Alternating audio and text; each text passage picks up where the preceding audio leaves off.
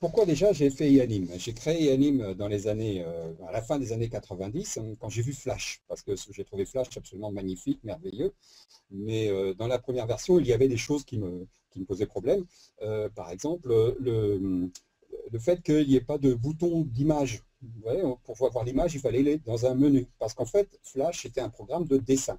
Et moi, je souhaitais faire plutôt un programme d'animation informatique, donc avec des pièces et des objets. Alors, il y avait aussi le problème des layers, vous savez, les couches, ce qu'ils appellent les calques dans Flash. C'est-à-dire qu'il fallait créer un calque et après poser l'image dessus. Tout ça encore parce que c'était un programme de dessin. Donc, eux, ils avaient besoin de calques, comme pour tous les programmes de dessin. C'est donc pour ça que j'ai réfléchi et je me suis dit, on peut peut-être simplement faire un programme et comme ici, vous voyez, là, j'ai mis les zones de tous les objets qu'on peut charger. Et donc, on peut charger une image, voilà. Et donc, il suffit de cliquer sur un bouton pour charger une image, simplement. Ensuite, je me suis dit à quoi servent les couches. Il n'y a pas besoin de couches. Parce que, regardez, si on utilise la notion de pièce, eh bien, chaque pièce a son ordre d'affichage. Il y a une pièce qui passe au-dessus de l'autre, tout naturellement.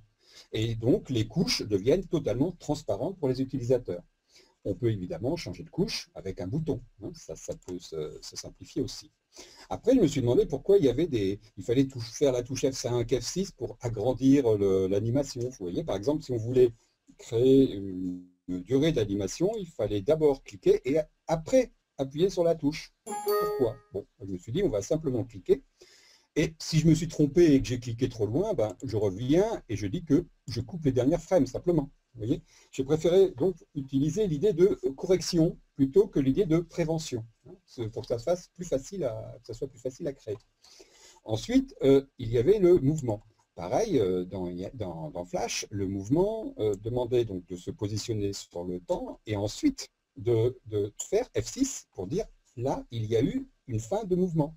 C'est ce qu'on appelle une clé de mouvement.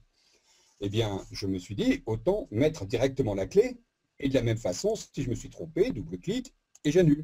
Vous voyez? Et donc, c'est pour ça que mon idée, c'était d'arriver à quelque chose de très simple, et pour faire un mouvement, on reprend les notions de base pour faire un mouvement. Je me mets au temps du début, je me mets à la position désirée, je me mets au temps de fin et je me mets à la position désirée. Vous voyez, c'est exactement comme un train qui va partir, quoi. Le temps, la position, donc l'heure de départ, la ville, et le temps, la position, l'heure d'arrivée, la ville d'arrivée. Et il faut toujours penser au temps, parce que c'est ce qu'on, parfois, enfin même encore moins, c'est ce qu'on oublie souvent, quoi. On est au temps 50 et puis on se dit, tiens, je vais rajouter une pièce, et paf, on la rajoute et va s'ajouter au temps 50. Parce que dans Ianim, les choses s'ajoutent là où on est, tout simplement. Alors, ensuite, il y a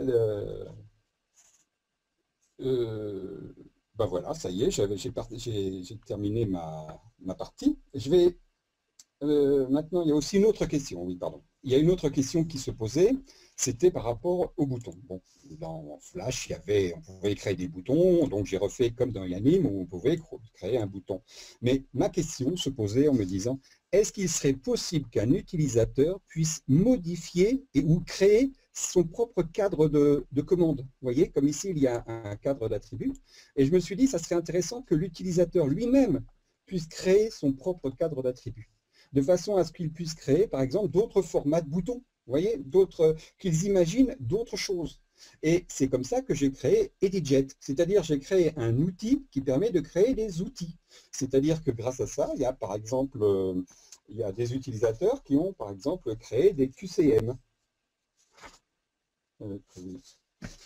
2 minutes que j'aille rechercher le site sur lequel il y a les QCM. Voilà.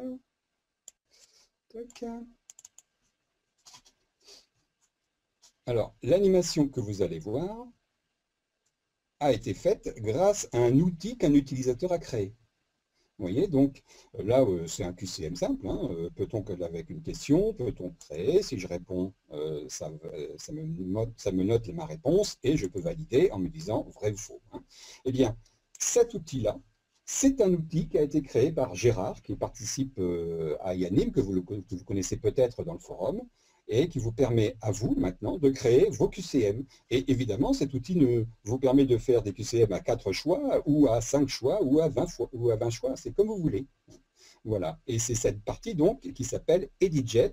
C'est donc cette partie qui permet d'ajouter des nouveaux outils dans Yanim. Alors je précise parce qu'il y a une question qui a été posée, est-ce qu'on peut lancer Yanim sans EditJet? Bon, non, on ne peut pas lancer Yanim sans EditJet, mais EditJet ne gêne absolument en rien Yanim. Hein. EditJet ne modifie en rien ce qui existait auparavant. C'est simplement un ajout. Voilà.